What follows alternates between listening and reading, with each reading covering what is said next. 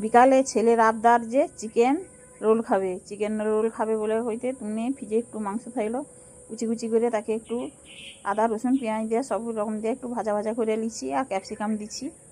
আর একটা হচ্ছে পরোটা বানি করে ডিম দিয়া একটু এগ রোলের মতন করা হয়েছে।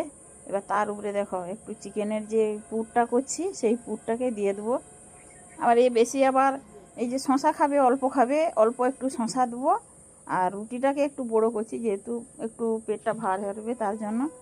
এবার রুটিটাকে একটু বড়ো করছি।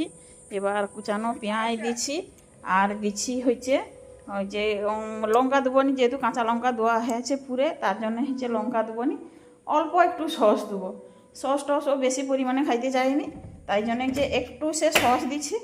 এবারে অল্পই সস দেবো দিয়ে এবার রোল মতন করে দিয়ে দেবো। এইটা দেখো চিকেন এগ রোলটা কীরকম হয়েছে দেখো দেখি।